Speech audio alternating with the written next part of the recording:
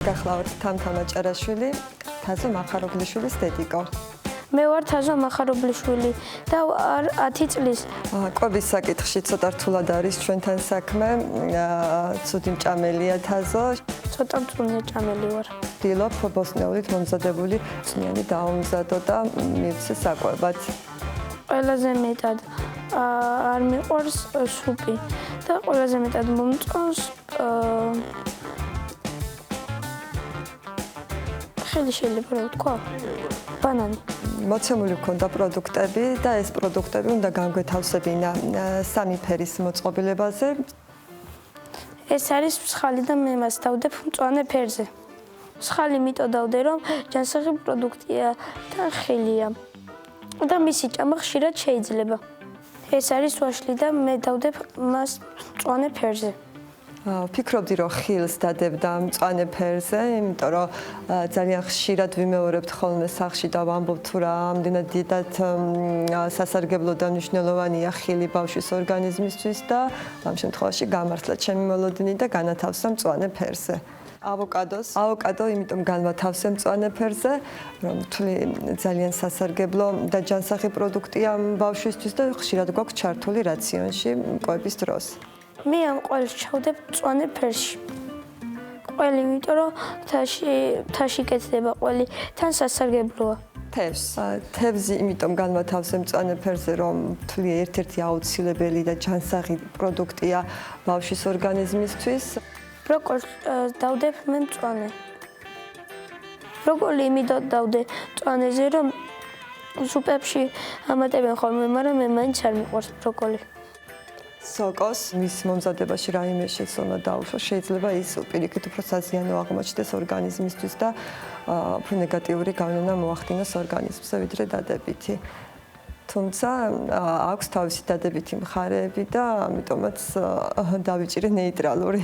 ეს არის კრუასანი და მე მას დავდებ ყვითელ ფერზე. კრუასანი ტკბილეულია, მაგრამ შოკოლადი აქვს. მისი ჭამა შესაძლებელია ხანდახან. ხორცი მიუხედავად იმისა, რომ სასარგებლო და აუცილებელი პროდუქტია, მაინც მისი გამოყენებისაც სიფრთხილე არის საჭირო. ხშირი გამოყენება გადატვირთავს ორგანიზმს მიმაჩნია და ამიტომ განვათავსე ყვითელ ფერზე. ეს არის სენდვიჩი და მას მე დავდებ ყვითელ ფერზე. სენდვიჩი იმიტომ დავდე, რომ კი ბოსტნეულებისგან პურისგან კეთდება, მაგრამ ბევრი ჭამა არ შეიძლება მის. და სენდვიჩსაც განვათავსებ წითელ ფერზე. კი, თუ დავფიქრდებით იმას, რომ სენდვიჩში შეიძლება გამოყენებული იყოს ჯანსაღი ხორცი, ამ შემთხვევაში შეიძლება ყვითელ ფერზე განვათავსოთ და შეიძლება დავეთანხმოთ აზოს ამ კუთხით. ესენი არის დონატები და მას მე დავდებ წითელ ფერზე. იმიტომ რომ იშვიათად ვჭამ ხოლმე და არ არის სასარგებლო დიდად.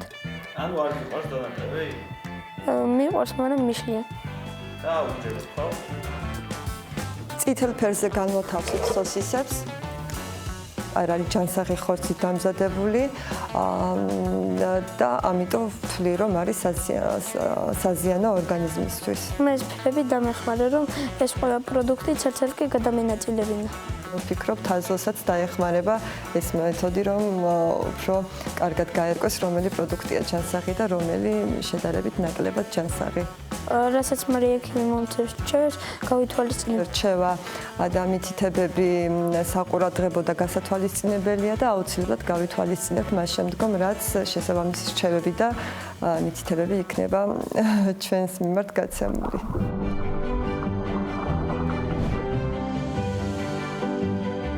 დამეთანხმებით, რომ ძალიან საინტერესო იყო ეს სიუჟეტი, თუნდაც იმიტომ, რომ ჩვენ გავიცანით 10 წლის თაზო და მისი დედიკო თამთა. როდესაც თაზო საკუთარ გემოვნებაზე გარკვეულ მინიშნებებს გვაძლევდა, ხაზგასმით ბრძანა, რომ არ უყვარს წვნიანი, თუმცა უყვარს მაგალითად ბანანი. სხვათა შორის, სწორედ ეს უპირატესობის განცდა, ანუ როდესაც ირჩევს ხილს და არ უყვარს წვნიანი, ითვლება მისი კვების შეფასების კრიტერიუმადაც. სწორედ ამის გამო დედიკო ამბობს, რომ წვნიანს არ მიირთმევს, ცუდად ჭამს და თაზოც თვლის, რომ ცუდად ჭამს, იმიტომ რომ წვნიანს არ მიირთმევს. თუ მხოლოდ წვნიანია ბრალდებული, მე შემიძლია 7-ად ვუთხრა დედიკოსაც, თამთასაც და თაზოსაც, რომ ეს არ არის ამ შემთხვევაში ცუდად კვების საფუძველი. ან ამგვარად თაზოს კვების მოდელის შეფასების საფუძველი. რეალურად წვნიანის არ მირთმევის შემთხვევაში სწორი კომბინაცია თუ არის ყოველდღიურ რაციონში, გარწმუნებთ, ორგანიზმისათვის სახიფათო გადაწყვეტილებებს არ მიიღებთ. ძალიან შთამბეჭდავი იყო ჩემთვის, მაგალითად, თაზოს არჩევანი, როგორ განათავსა სხვადასხვა პროდუქტი ჩვენი კვებითი შუქნიშნის შესაბამისად.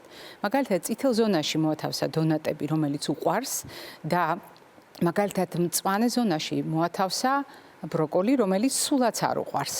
თუმცა არჩევანი მან გააკეთა სწორედ სარგებლიანობის სასარგებლოდ და ასეთ შემთხვევაში სასარგებლო და არასასარგებლო პროდუქტები მისი ინფორმაციის შესაბამისად გამიჩნდა. როგორც ხვდები, ამაში ძალიან დიდი წვლილი მიუძღვის დედიკოს, რომელიც სავარაუდოდ ხშირად შეახსენებს ხოლმე იმ პროდუქტებს, რომელიც უფრო მეტად სასარგებლოა მისი ჯანმრთელობისათვის. მნიშვნელოვანია ისიც, რომ დედიკოს არ გაუკვირდა, როდესაც თაზომ მწვანე ზონა აირჩია ხილის განსათავსებლად. ეს კიდევ ერთხელ ხაზს უსვამს მის პირად არჩევანს და გემოვნებას.